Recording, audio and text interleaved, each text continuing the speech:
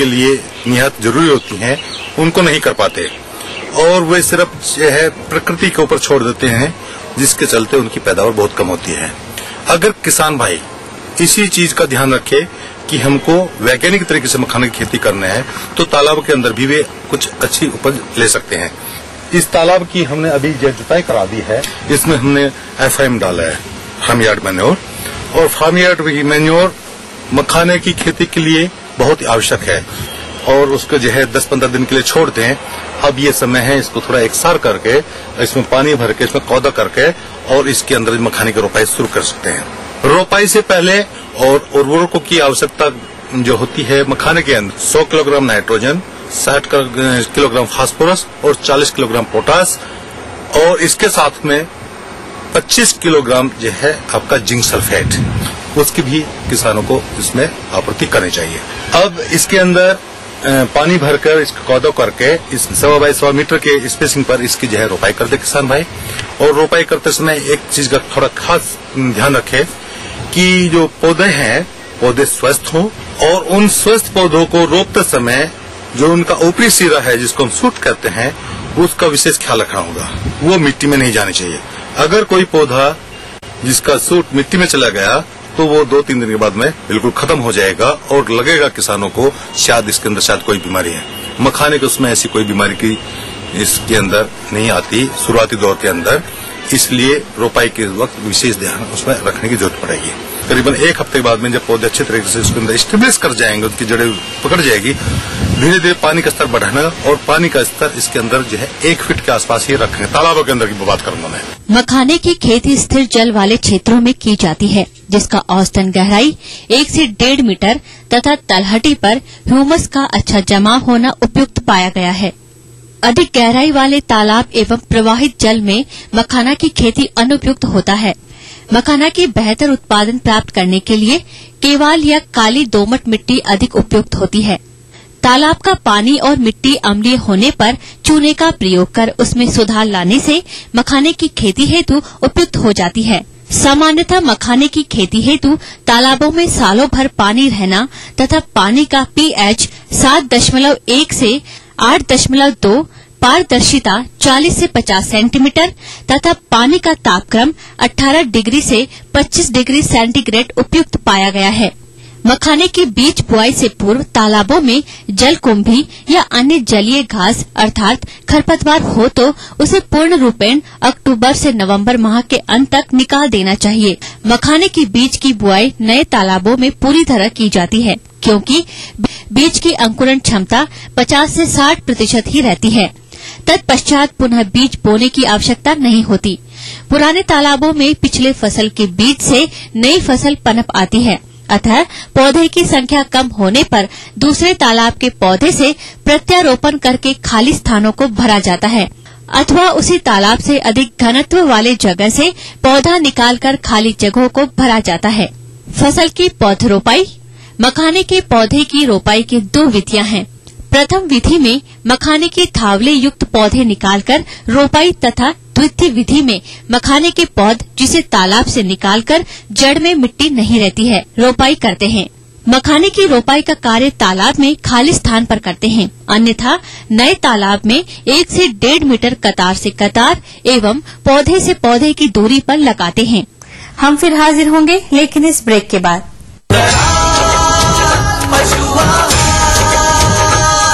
असली भरोसेमंद दयाल पशु आहार, दूध दमदार, आप शानदार।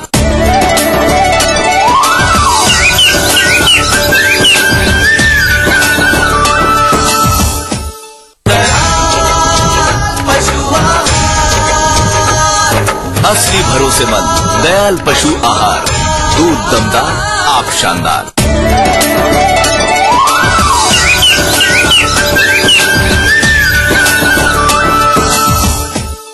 ब्रेक के बाद पुनः आप सभी का स्वागत है।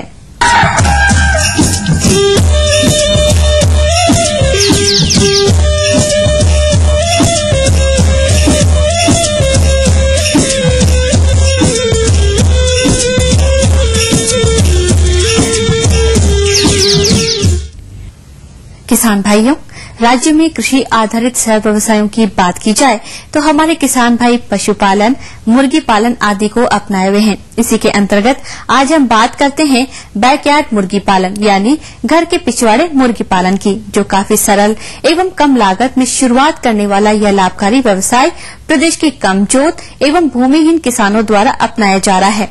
परंतु बैकयार्ड पोल्ट्री की सही प्रजातियां एवं सही प्रबंधनों के अभाव में किसान भाई ज्यादा लाभ न लेकर परंपरागत तरीके से अपनाए हुए हैं। आइए मिलते हैं ऐसे ही एक कृषक से जिन्होंने भी बैकयार्ड मुर्गी पालन को अपनाए हुए हैं। बैकयार्ड फार्मिंग अर्थात घर के पिछवाड़े में मुर्गी पालन, ये एक ग्रामीण अर्थव्यवस्था में बहुत बड़ा योगदान देता है।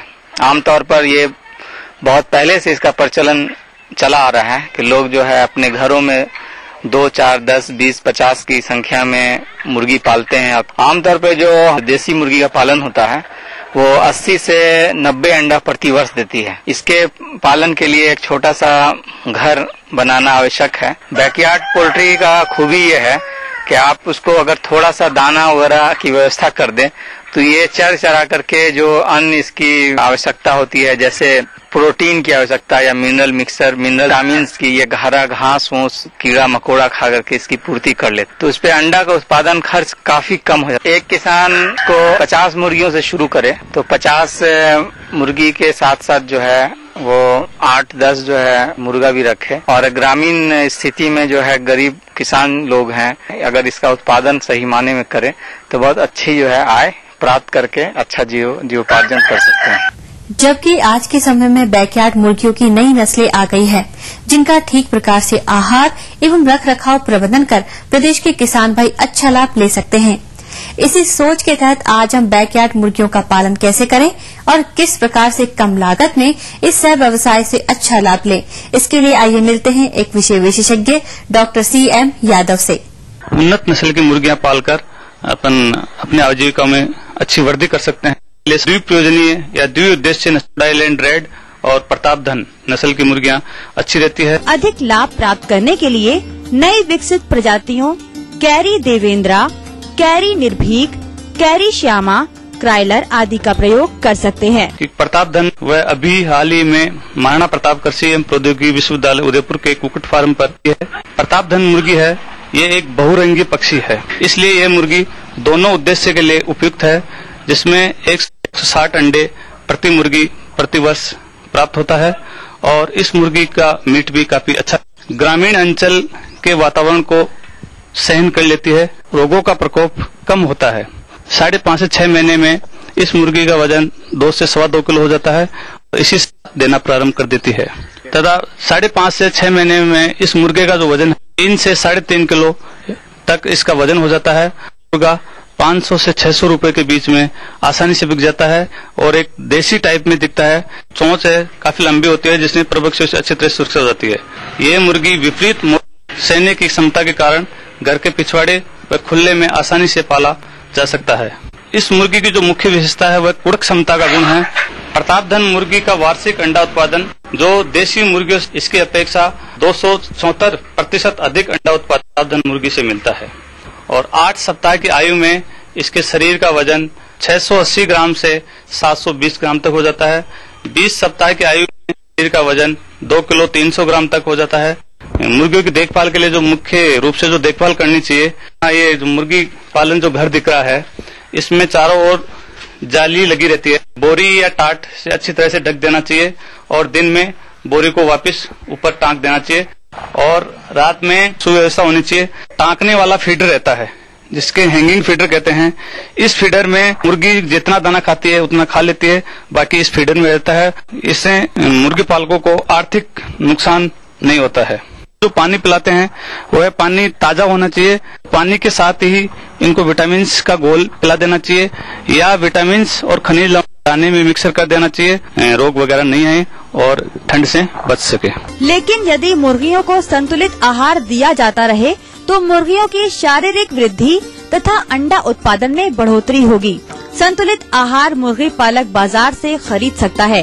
पीली मक्का 50 से 60%, मूंगफली की खल 20 से 30%, मछली का चूरा, हड्डी का चूरा 5 से 10%, शीरा 5 से 10%, खनिज मिश्रण 3 से 4%, नमक 0.03%, औसतन मुर्गी के बच्चे 2 माह की आयु पर 50 ग्राम, 3 माह की आयु पर 75 ग्राम, 4 माह की आयु पर 100 ग्राम, 5 माह की आयु पर 110 ग्राम, 6 माह की आयु पर 120 ग्राम तथा एक वयस्क मुर्गी 130 ग्राम से 145 ग्राम तक आहार प्रति मुर्गी प्रतिदिन खाती है तथा 20 सप्ताह बाद लेयर राशन दिया जाता है। टीकाकरण सामान्यतः बैकयार्ड मुर्गी पालन हेतु ऐसी प्रजातियों को चुना जाता है जिनमें रोग प्रतिरोधक क्षमता बहुत अधिक होती है।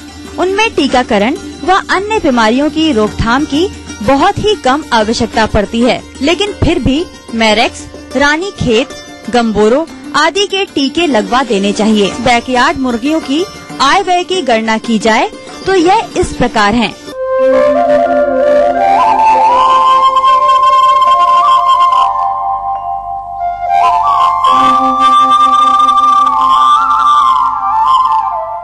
अतः उपरोक्त बिंदुओं के आधार पर यह कहा जा सकता है कि ग्रामीण क्षेत्रों के लघु एवं सीमांत कृषकों के लिए बैकयार्ड मुर्गी पालन एक सस्ता, सरल, रोजगार परक एवं लाभकारी व्यवसाय है।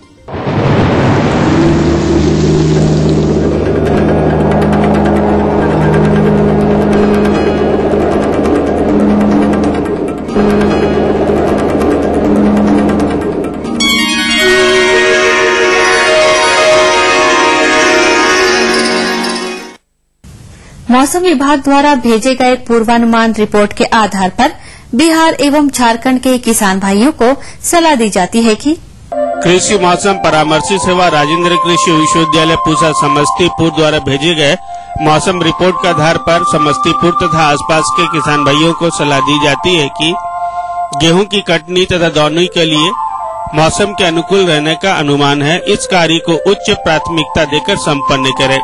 चना तथा मसूर की कटाई कर ले। तापमान के बढ़ने की संभावनाओं को देखते हुए खेत में खड़ी फसलों में पानी की मांग बढ़ जाती है, अतः गर्मा मक्का, ईख एवं गर्मा सब्जियों में आवश्यकता अनुसार सिंचाई रात में जब हवा की गति धीमी हो तब करें। ओल की फसल की बुआई के लिए समय उपयुक्त है। बुआई के लिए गजेंद्र किस्म अनुशंसित है। प्रत्येक आधा किलोग्राम के कंद की रोपने के लिए दूरी 75 × 75 सेंटीमीटर रखें। रोपाई से पूर्व कटे कंद को ट्राइकोडर्मा विरिडी के 5 ग्राम प्रति लीटर गोबर के घोल में मिलाकर 20 से 25 मिनट तक डुबोकर उपचारित करने के बाद लगाएं, ताकि मिट्टी जनित बीमारी लगने की संभावना को रोका जा सके। खीरावर्गीय फसलों में आवश्यकता अनुसार निराई गुड़ाई एवं सिंचाई करें। चूर्णिल फफूंद नामक बीमारी से बचाव के लिए 0.06% कैराथिन नामक दवा का छिड़काव करें। गर्मा मूंग तथा उड़द की बुआई समाप्त करने का प्रयास करें। खाली खेतों की गहरी जुताई कर छोड़ दे। अब आइए बात करते हैं रांची तथा आसपास के क्षेत्रों की। खेतों में जल जमाव बनाए रखने के लिए मेड़ को दुरुस्त रखें तथा समय से रोपे गए धान में 40 से 45 दिनों के बाद यूरिया का दूसरा भुरकाव करें। सही समय पर बोई गई गेहूं की फसल तैयार हो चुकी है, अतः किसान भाई इसकी कटाई का कार्य करें।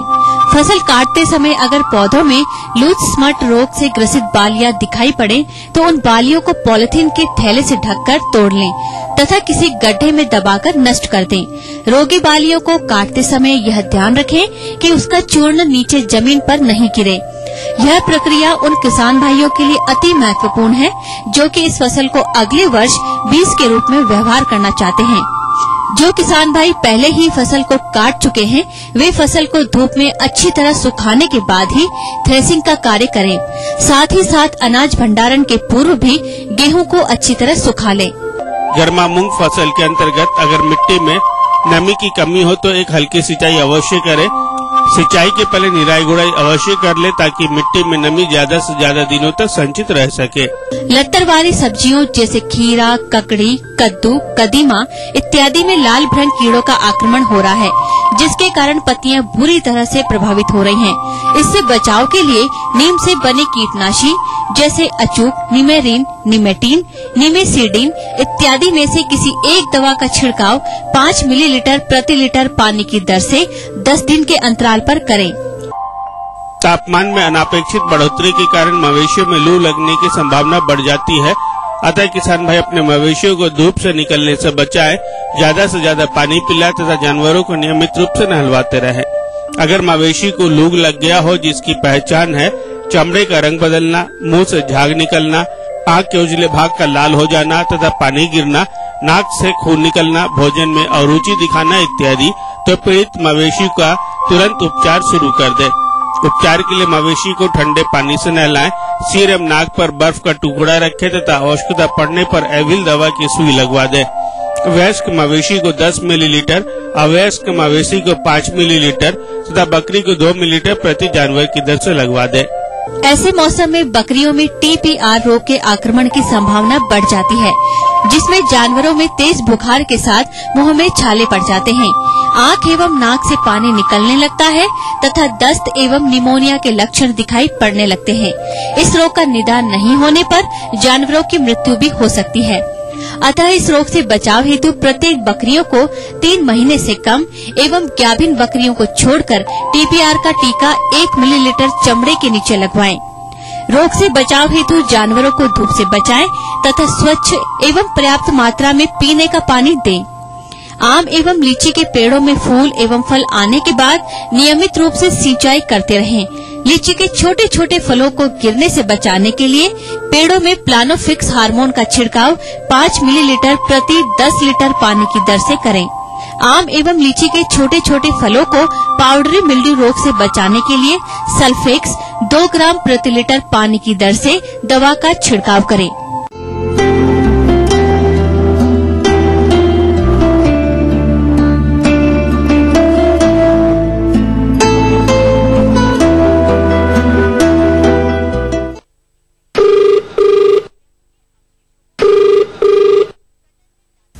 अन्नदाता आपके लिए कार्यक्रम में आप सभी किसान भाइयों का स्वागत है।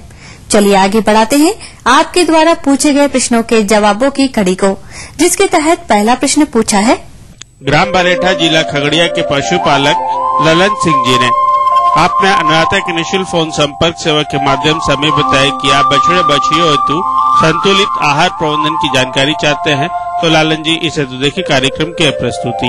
तो काफ स्टार्टर का मतलब ये होता है कि जो बछड़ा है, नवजात बच्चा है, उसकी जो भोजन तालिका हम बनाएंगे जिससे कि वह जो नवजात बछड़ा है वह स्वस्थ कैसे, उसके वजन में वृद्धि कैसे, उसका ग्रोथ कैसे बने, वह चुस्त और दुरुस्त कैसे, तो इसी को हम काफ स्टार्टर कहते हैं। और एक ये तरह का काफ स्टार्टर का मतलब हुआ कि भोजन की तालिका क्या है, क्या क्या उसको हम न्यूट्रिएंट्स देंगे या किस तरह का उसको हम फूड देंगे जिसमें कि वो हमारा बच्चा जो है स्वस्थ रहे। मकई का दर्रा दे या गेहूं का दर्रा दे तो वह 35 भाग होना चाहिए, 35 पार्ट्स होना चाहिए। इसके बाद दूसरा पॉइंट आता है मूंगफली का।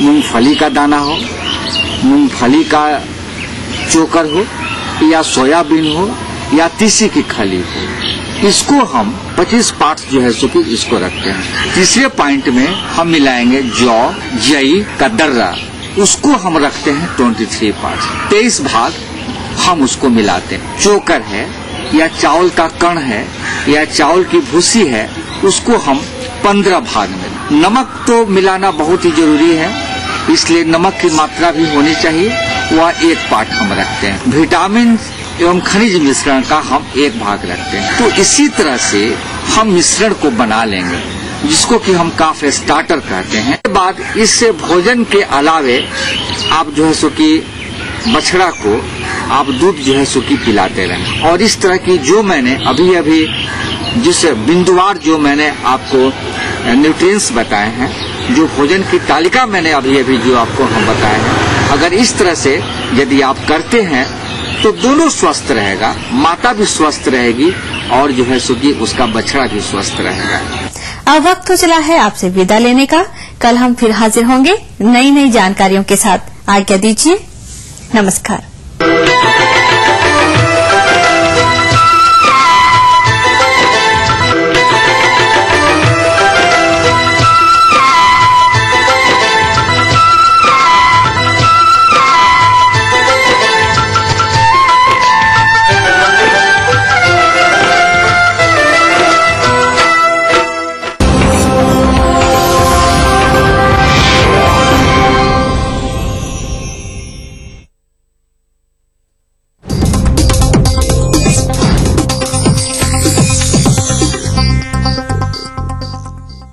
इस न्यूज के सह प्रायोजक हैं एवरलाइट रियल फॉन इंफ्रास्ट्रक्चर लिमिटेड, धनबाद, झारखंड।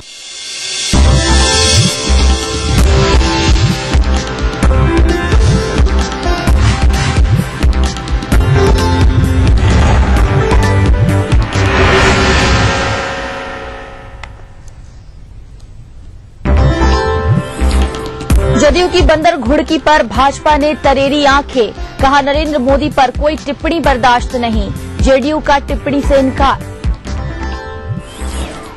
गोपालगंज की लड़की से ट्रेन में गैंग रेप, समस्तीपुर में रेलवे ट्रैक पर जख्मी हालत में मिली पीड़ित, इलाज के लिए लाया गया पीएमसीएच। जहानाबाद में उत्पाद अधीक्षक की मौत के मामले में नया मोड़, परिजनों ने जाहिर की हत्या की आशंका, शराब माफिया पर आरोप। सीतामढ़ी में 6 महीने से बंद है एक स्कूल, विधायक के करीबी शिक्षक ताला बंद कर फरार, कार्रवाई की तैयारी में शिक्षा विभाग। और नहाय खाए के साथ लोक आस्था का पर्व चैती छठ शुरू, गंगा घाटों पर उमड़ी व्रतियों की भीड़, खरना आज।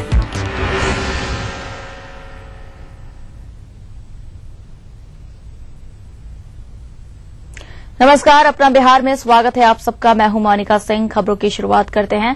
इशारों ही इशारों में मुख्यमंत्री नीतीश कुमार ने नरेंद्र मोदी पर जोरदार हमला किया। नीतीश ने उन सभी मसलों पर जवाब दिया जो पिछले दिनों नरेंद्र मोदी पर उठते रहे हैं, चाहे विकास मॉडल की बात हो या राजधर्म निभाने का मुद्दा। नीतीश ने कहा कि देश में बदलाव का माहौल है, लेकिन ये बदलाव अच्छे के लिए होना चाहिए, न कि हालत और बिगाड़ने के लिए। नरेंद्र मोदी की तरफ इशारा करते हुए उन्होंने कहा कि देश में टोपी भी पहननी पड़ेगी और गले भी लगाना पड़ेगा।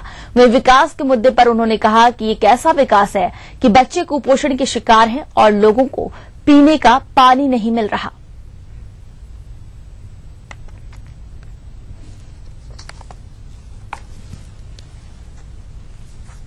उसको समझना चाहिए, ये देश हवा बनाने से नहीं चल सकता है। लोगों को भ्रम हो जाता है कि जो हवा बांध देंगे उसी में लोग बंध जाएंगे। इस देश के लोग कम पढ़े लिखे हो सकते हैं, लेकिन अक्लमंद होते हैं, उनकी अकल में कोई कमी नहीं है और अनेकों बार फैसला दिया।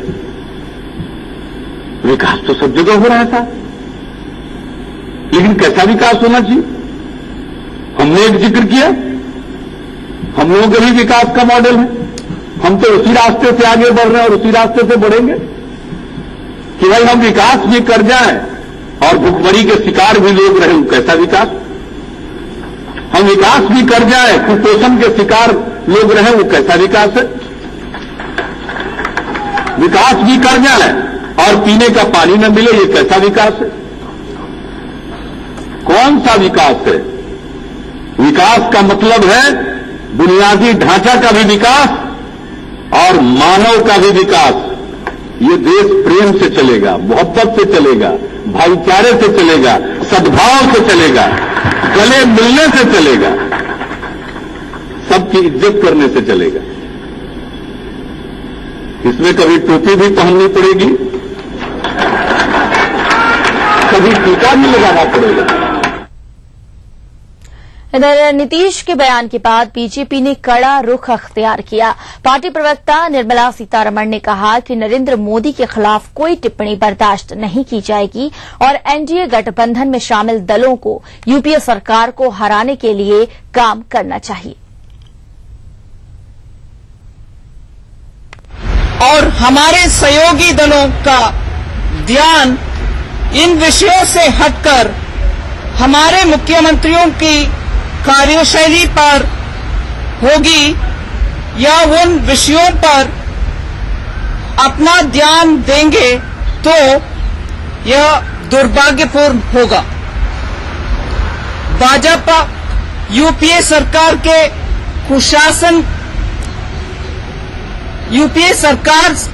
कुशासन से देश को मुक्ति कराने के लिए प्रतिबद्ध है। श्री नरेंद्र मोदी के खिलाफ जो भी टिप्पणी की गई है उसे हम खारिज करते हैं। वहीं भाजपा के कड़े रुख के बाद जदयू नेता बैकफुट पर दिख रहे हैं। पार्टी नेता नरेंद्र मोदी का नाम लेने को भी तैयार नहीं दिख रहे। पटना पहुंचने पर जदयू सांसद मुनाजिर हसन ने कहा कि नीतीश कुमार ने किसी व्यक्ति के खिलाफ कुछ नहीं कहा है। उन्होंने सिर्फ ये बताया कि देश का प्रधानमंत्री कैसा होना चाहिए। हम लोगों ने किसी के खिलाफ मुख्यमंत्री जी ने तो कहा नहीं है। मुख्यमंत्री जी ने अपने आगे क्या करना है और हमारा मॉडल क्या होगा देश के प्रधानमंत्री का, इसका वर्णन किया है। किसी पर व्यक्तिगत कटाक्ष तो किया गया नहीं है। अगर कोई उसका अन्यथा लेता हो। इधर राष्ट्रीय कार्य समिति की बैठक के बाद मुख्यमंत्री नीतीश कुमार कल देर शाम पटना पहुंचे, लेकिन उन्होंने पत्रकारों से बात नहीं की। हवाई अड्डे से निकलकर वे सीधे रवाना हो गए।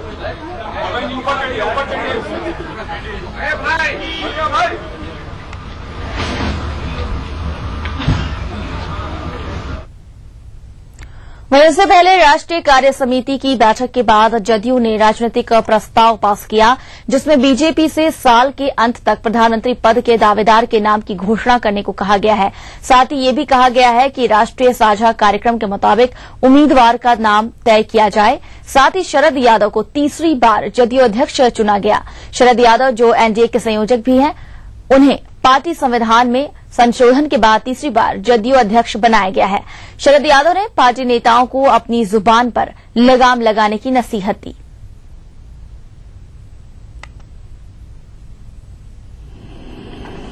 अब त्यागी जी ने कल ये बोला, ये तो नीतीश जी ने किसी का नाम नहीं लिया, मैंने किसी का नाम नहीं लिया। ये सावरे नहीं है। अरे भाई अजीब बात है। अरे हम दोनों ने जिंदगी में किसी का नाम, हम तो उसूल पे डटे हैं। हमारा आदमी से कोई मतलब नहीं है, सिद्धांत से मतलब है। कल कुछ बातें ऐसी गई हैं जो नीतीश जी या मैंने कभी नहीं दारिस बार गए। कुछ लोग कल दारिस बार गए और बोलने के लिए जब मौका आएगा तो तुम्हारे पास तो बिहार में नीतीश जी से बढ़कर एक आदमी, वो जिससे कह देंगे बोल लेगा। इधर नीतीश के बयान पर विपक्ष के साथ सहयोगी भाजपा की भी प्रतिक्रिया आई। विपक्षी नेताओं ने नीतीश पर दोहरी नीति अपनाने का आरोप लगाया। उनका कहना है कि धर्मनिरपेक्षता के मुद्दे पर नीतीश लोगों को आंखों में धूल झोंक रहे हैं। नीतीश, ये कैसे संभव है कि एक ही पार्टी में कोई सांप्रदायिक होगा और कोई धर्मनिरपेक्ष? जो लोग जिसे गाली दे रहे हैं उस राज्य को जाकर के देखें कि उस राज्य में पूरे देश में जिस गुजरात की चर्चा लोग करते हैं, मुसलमानों का पर कैपिटा इनकम सबसे अधिक है, नौकरियों में, सरकारी नौकरियों में सबसे अधिक है। और यही कारण है लोग नफरत फैला रहे हैं, वहां प्रेम का वातावरण बन रहा। कांग्रेस पार्टी 60 साल से मुसलमानों को बदहाली पर लेते जाते रही, टोपी पहनते रही, वोट लेते रही, लेकिन बद से बदतर आर्थिक स्थिति पहुंच गई मुसलमानों का, अल्पसंख्यकों का। बीजेपी अलग अलग नहीं होता, ये दोनों चचेरा मौसेरा भाई तक जाने की मीटिंग में 8 महीना और टाइम, तो मन में तो कालापन है, गद्दारी में चिंता है, हिम्मत नहीं है, भाई जाएंगे तो सब साथ रहने वाला, इसमें आप लोग परवाह नहीं करते हैं। देश ने सांप्रदायिक ताकतों को पछाड़ा है पहले भी। वो भीतर से जितना कॉमनल है उतना कोई आदमी कॉमनल नहीं है, क्योंकि एनडीए अपना उम्मीदवार बनावे या नहीं बनावे, बीजेपी अपना उम्मीदवार घोषित कर ही देगी। मगर नीतीश जी की ये बात समझ में नहीं आती है कि मोदी जी कैसे कॉमनल हैं और आडवाणी जी कैसे धर्मनिरपेक्ष हैं। ये बात हम लोगों के समझ से परे है। हम लोग मानते हैं और देश के अधिकांश लोगों का मानना है कि आडवाणी और अटल बिहारी वाजपेयी ने जो बीमारी शुरू की राजनीति में सांप्रदायिकरण का, उसका सिम्टम है नरेंद्र मोदी जी। ये है कि सिम्टम जरा ज्यादा सर दर्द वाला हो गया है, आप बीमारी का इलाज कीजिए। जो इन्फेक्शन है, जहां गड़बड़ी भई तो आडवाणी और इन्होंने गड़बड़ी फैलाई है, उसको चेक करना चाहिए। और आडवाणी जी